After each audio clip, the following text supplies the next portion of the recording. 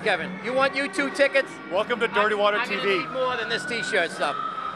U2's here twice. That's it. I'm going to need more than T-shirts for the ticket. I want both nights. I have awesome shirts. Let's trade up. I don't see it happening here. I'm going to need more than just T-shirts. Even the Green Monster, even you're throwing a Cask and Flagon. I don't see it happening.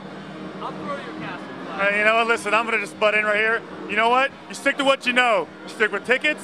You stick with T-shirts. Because you know why? Jen is sticking to politics because that's right in her wheelhouse. She's with Andrew Kenneally, and she's going to take us to school. Jen, what say you? All right, thanks, Christian. Well, we are here with Andrew, and he is running for the City Council at-large seat.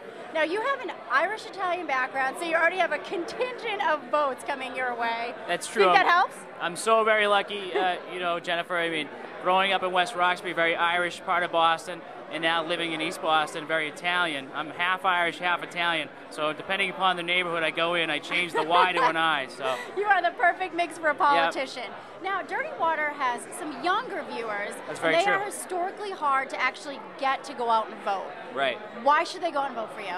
Well, you know, that's the thing that most people don't understand. You know, they see the president and they'll vote for the president, but it's really your city councilor that is where the the tires meet the road. I mean, we control some of the biggest issues that streets and sidewalks. I mean, how late bars are open till, police, education.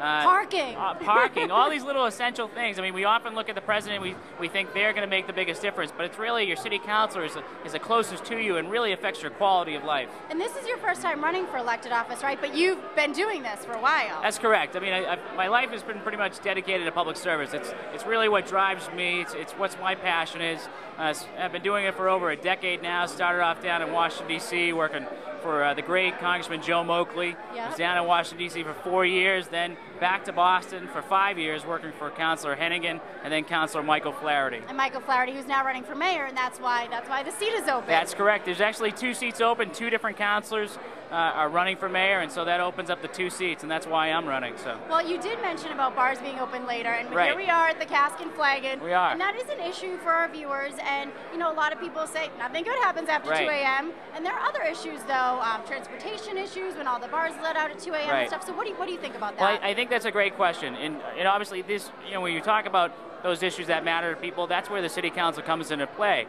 And obviously we should be looking at increasing the hours and letting people stay out later. I mean, we boast some of the greatest colleges and universities in the country. But what I hear, and I have conversations all the time with young professionals like myself, and they don't want to stay here because they say it's too boring. Everything closes at 2 a.m. And expensive to live. Exactly. And we're trying to be a big, exciting city. And I mean, if you look around the country, you see, Chicago, you see Las Vegas, you see New York City, you see all these other big cities that have the ability to stay open later. And I think, we definitely have to look at it. I was actually looking at Chicago earlier tonight, and they have a regular license, similar to Boston, that places close at 2 a.m., but they also have a special license in which you can stay open at 4 a.m. Comes with some extra cost. Different zoning, it comes with some extra cost, and I think that's something we have to look at in Boston. Obviously, we have to be very, careful and considerate of the community, but I think you can have certain zones. Obviously, a bar like this that's in the downtown, which really is not close to too many neighborhoods, could be one of those places, and we also have to look at transportation and public safety issues as well. But I think it's something we have to look at, especially during these difficult economic times when we need to bring in additional streams of revenue. Yes, so. Well, you definitely do have some challenges ahead of you. I wish you good luck, and going to be out talking to young professionals and all sorts of groups. You have a Facebook page. I do. You have a website. What's your website? The website is www.andy09.com. All right, andy09.com. Check it out. You can see where he's going to be next. Thank you so much. We appreciate it. Appreciate it, Jennifer. Christian, back to you. All right, thanks, Jen. Now, everybody knows Narragansett has an award-winning lager.